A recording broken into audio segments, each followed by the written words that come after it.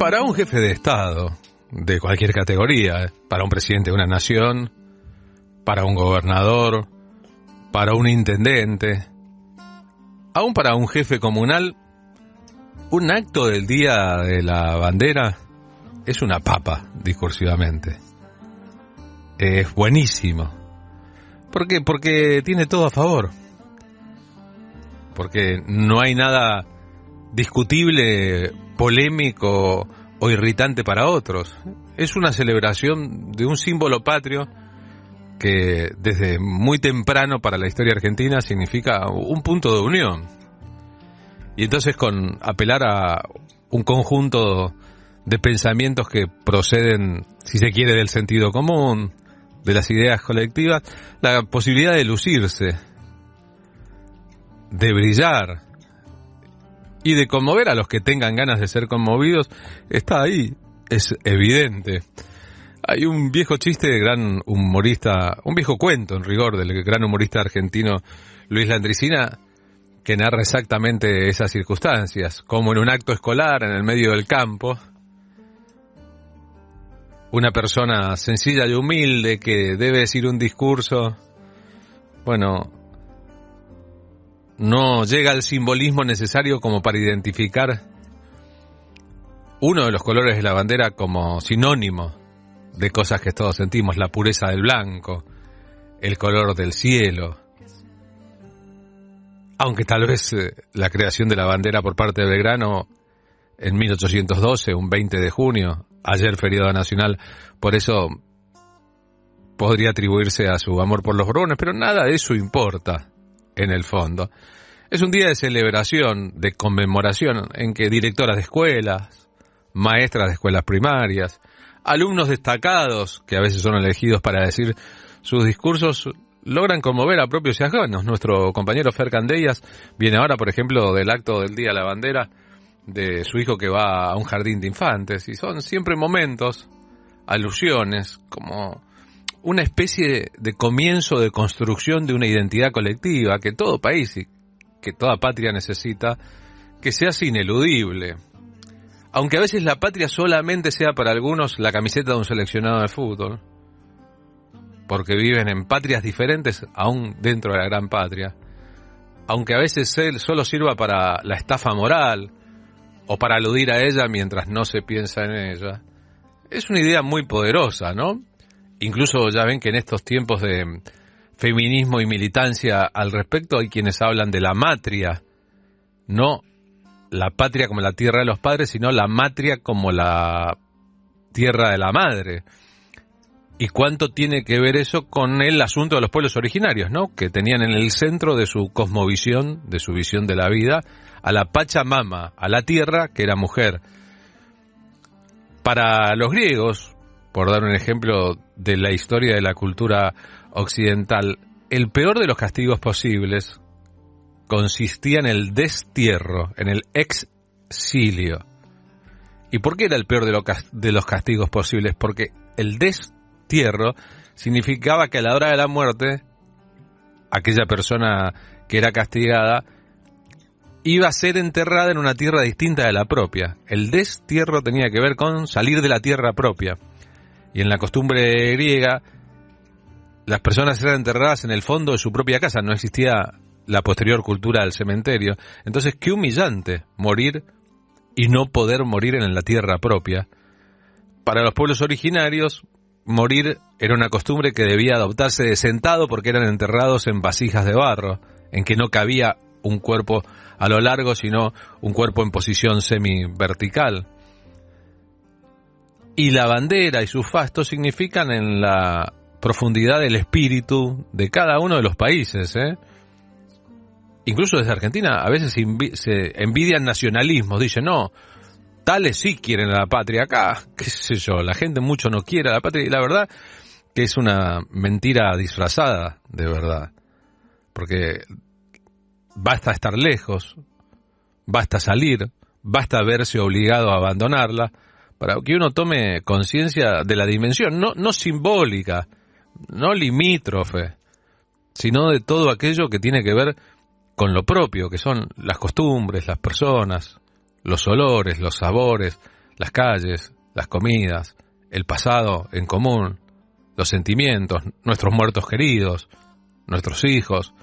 Hay otro montón de asuntos que componen eso cotidiano que no vemos, pero al que a veces deberíamos prestarle la atención necesaria para saber definitivamente cuánto vale aquello que podríamos no tener. Es como la salud, por dar un solo ejemplo, el asunto de la patria. Nadie repara demasiado en la salud hasta que tiene un problema de salud, hasta que la pierde, hasta que se enferma. Y entonces todos comprendemos que en el orden de importancia de las cosas, aquel refrán popular que dice salud, dinero y amor, tiene cierta lógica. ¿Para qué te sirve el dinero o el amor si no tenés salud primero? La salud es lo primero, y es lo primero para una sociedad también. Es lo primero para un ser que debe interactuar con los otros. Sin salud no hay nada. Y con la patria pasa lo mismo. Sin patria no hay nada. Si tenemos la sensación de que vivimos de prestado en un terruño del que podríamos irnos, somos como extranjeros en nuestro propio mundo. Si se invoca a la patria verbalmente, pero se actúa en contra de sus intereses, ¿de qué estábamos hablando? Aquellos que son capaces de emocionarse para las cámaras, o incluso para los propios, o psicopáticamente tener una emoción de verdad, pero después, bien que ponen su dinero en paraísos que no quedan justamente en los territorios de la patria, bien que evaden todo lo que pueden pagar los impuestos, que garantizarían la salud de aquellos que también son hijos de la misma patria, aquellos que pertenecen a una patria que puede emocionarse con la bandera, pero que está compuesta, como en la India, de castas diferentes, en las que algunos serán siempre privilegiados y otros nunca lo serán, en que algunos tendrán hijos profesionales, médicos, diplomáticos, y otros nunca llegarán ahí. La verdad que hay una discusión profunda en torno a eso. Ayer fue el Día de la Patria, fue el segundo feriado nacional de esta rara semana de junio, en que tantas cosas se están dando vueltas en la vida política en la Argentina. Hay un lugar en que a veces nos reconocemos pese a lo escolarizado que ha estado el asunto de la patria. Ese lugar son las canciones patrias. Esta es la versión de Víctor Heredia de una canción que todos hemos cantado y que casi que conocemos de memoria, casi sin saber su historia. Ustedes saben que Aurora en realidad es parte de una ópera compuesta por Héctor Paniza, que vivió entre 1875 y 1967, para la inauguración de la primera temporada del Teatro Colón. Esta canción originalmente fue escrita en italiano, porque el libreto era de Luigi Illica, el autor de Madame Butterfly, entre otros éxitos de la época, para acompañar al italiano y suministrarle la información histórica y el contexto nacional que debía dar sentido y referencia al argumento. Se sumó otro argentino, Héctor Cipriano Quesada. Así que esta canción fue estrenada el 5 de septiembre de 1908 en el Colón, bajo la batuta de un tenor muy célebre por entonces, Amadeo Bassi. Recién en el 43 resultó traducida al español y reestrenada en una versión en castellano en 1945. Posteriormente, un decreto nacional declaró el aria de aquella ópera estrenada hace tanto tiempo como el saludo a la bandera. Eso ha valido que tenores contemporáneos como José Cura o Darío Volonté la hayan cantado, siendo hombres del mundo lírico, y que incluso ha sido utilizada en películas, en composiciones de autores extranjeros, etcétera, y todo lo operístico de la voz de Víctor Heredia brilla en esta versión popular. La ópera original es de 3 actos, es una tragedia y relata la historia de un patriota llamado Mariano, quien, enamorado de la bella Aurora, hija del jefe español don Ignacio, lucha en la era de la Revolución de Mayo por la expulsión de los realistas de la patria. Con el nombre de Aurora se cree la Aurora de Mayo, la aurora de la Revolución Argentina, el despuntar de la patria, con el nombre de la desventurada muchacha, convertida por el amor al credo de la libertad de su amante, ¿no? Por eso es que, al haber sido una traducción del castellano, es que resulta a veces rara la lógica de la letra. Quiero mostrarles cómo ignoramos mucho de lo que deberíamos saber porque repetimos de memoria, o en todo caso nadie se tomó el trabajo de explicar, o casi nadie recuerda cosas que son centrales. Ayer el presidente Mauricio Macri concurrió a Rosario en el Día de la Bandera. Suele pasar que los presidentes van a Rosario el Día de la Bandera porque tienen una papa ahí, tienen un acto, él ya está en campaña para su reelección, en que con 3 o 4 elementos pueden incluso imantar a los que estén presentes, pero hay las cosas. Yo creo que a Macri le soplaron mal, no tenía muy claro y creyó que en lugar de la patria tendría que hablar de Moyano. Y como estaba seguro de no poder atraer multitudes, la verdad que habló en un galpón, en una escenografía un poco compleja, con un tono que fue lejano a todo énfasis patriótico y que pareció más rabioso y con deseos de venganza de su enemigo político, causando una impresión por lo menos rara. La actual secretaria de Cultura del gobierno de la ciudad de Rosario, Mónica Feim, que estaba atrás suyo, a su izquierda, digamos, no pudo evitar durante el discurso de Macri unas caras como de vergüenza ajena, diría yo, de bajar la vista, de decir, ¿qué hago o qué hace una persona como yo en un lugar como este? ¿Qué había acontecido? Había acontecido que Cristina Fernández de Kirchner, actual senadora de la Nación, expresidenta argentina, había organizado para ayer, 20 de junio, en Rosario, la presentación de su libro, y que los prolegómenos de la doble jornada con el expresidente, la expresidenta de la Nación y el actual presidente de la Nación en la misma ciudad podían causarle a cualquiera el ánimo de la comparación. Y vaya si existió la comparación. Una multitud de más de 25.000 personas, parecía un recital de una banda de rock, aunque no se cobraba entrada. El espectáculo en que consistió el diálogo que la expresidenta mantuvo con el periodista Marcelo Figueras sobre su libro Sinceramente, en cambio era un acto escolar y con un orador en problemas, al menos para situarse en qué lugar estaba y hablar exactamente de lo que debía hablar el acto del presidente Mauricio Macri. ¿Escucharon a Macri en el Día de la Patria ayer en un galpón frío con estudiantes enfrente en Rosario? También las mafias destruyen nuestra capacidad de crecer, impiden el crecimiento del país, impiden el desarrollo, la generación de empleo en nuestro país. Y en este particular me quiero referir a la patota del transporte. La Argentina tiene el costo del transporte más alto de toda la región. Y no es porque somos un país grande, somos un país muy grande.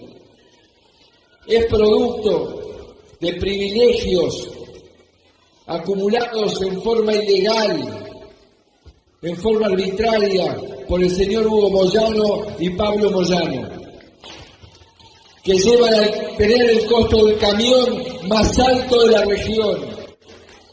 Y lo peor es que cuando los señores Moyano quieren imponer algo y la empresa no está de acuerdo, la pyme no está de acuerdo, ¿qué es lo que hacen? Le bloquean la planta. Entonces lo funden. Y en esa situación tienen que ceder en algo que a la larga los termina dejando sin trabajo, los termina haciendo tener que cerrar. Y lo mismo vimos hace poco cuando hicieron un paro. Organizaron un paro y los colectiveros que quisieron trabajar, ¿qué les pasó, Patricia? Los apedrearon, destruyeron los vidrios, incendiaron los colectivos. Y eso es lo que se tiene que terminar en la Argentina. Este comportamiento prepotente, patotero, ilegal, que destruye el futuro de los argentinos. Bien, este es el presidente Mauricio Macri en su discurso del Día de la Bandera en Rosario, un jueves 20 de junio, ¿no? ¿A quién se le habrá ocurrido la idea, si es que a alguien se le ocurrió, de proponerle que hable de Moyano delante de un grupo de escolares, y suponiéndose que por tratarse del presidente de la Nación debía haber en derredor suyo un interés nacional por acertar respecto a qué cosas podría plantearle a la patria, al país, en un día en que se celebra la bandera, que es sinónimo de muchas cosas, de patria sí, colonia no, de independencia y no dependencia, deseamos nosotros y lo demás no importa.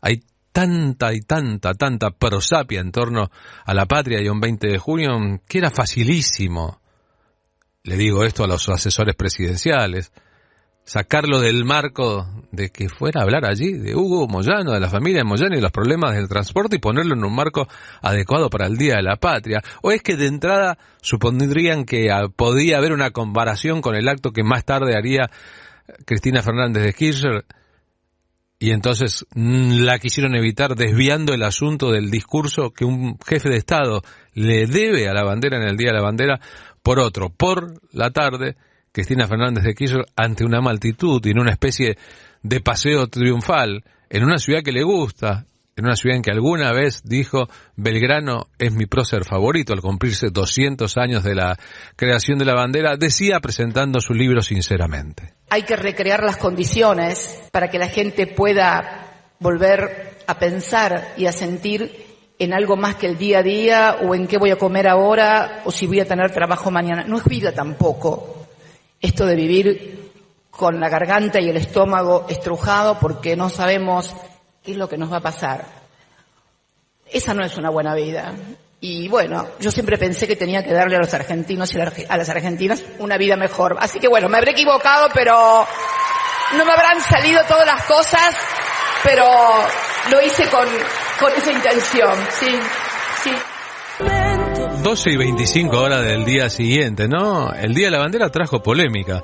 Martín Granovsky escribió hoy en página 12, ejercicio patotero en una escuela de Rosario, hablando del Día de la Bandera y de Macri haciendo campaña, aprovechando el Día de la Bandera delante de chicos de colegios secundarios y de funcionarios del gobierno socialista de Rosario, que tenían que bancar su presencia allí, pero de verdad daban muchas impresiones diferentes a aquel que estaba mirando respecto a que no estaban en absoluto de acuerdo.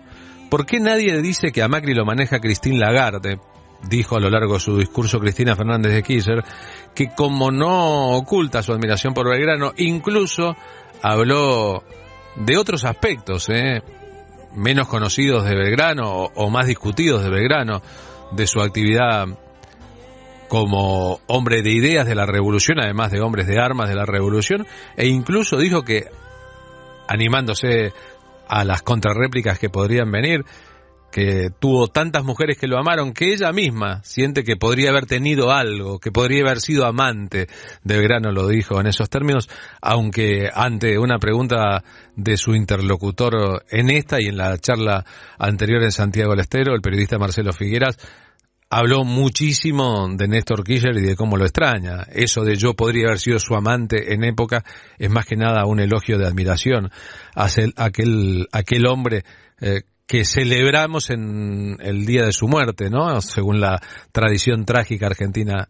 Belgrano murió, ustedes saben, pobre, solo, fané, descangallado, en la esquina de la avenida Belgrano y Defensa, donde era su casa paterna, en una modesta habitación, sin poderle pagar al médico, un 20 de junio. Y la patria, en lugar de recordarlo a él, recuerda a su máxima creación, la bandera, pero oculta un montón de cosas de Belgrano, que entre otras cosas había planteado antes de la Revolución, en 1779, que los argentinos no deberíamos más vender el cuero al exterior para comprar zapatos importados, sino retener el cuero para fabricar los propios zapatos.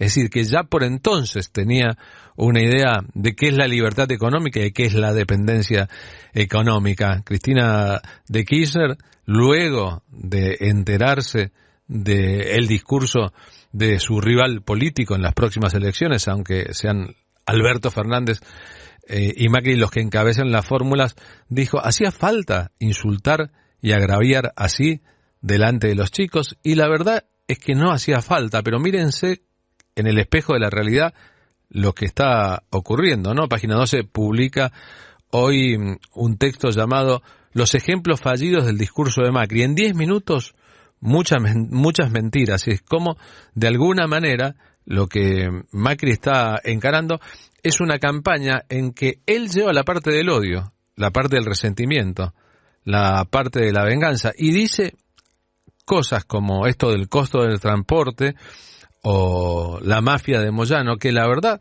abre a muchas respuestas posibles. ¿Quiénes son los verdaderos mafiosos en la Argentina, más allá de los nombres propios?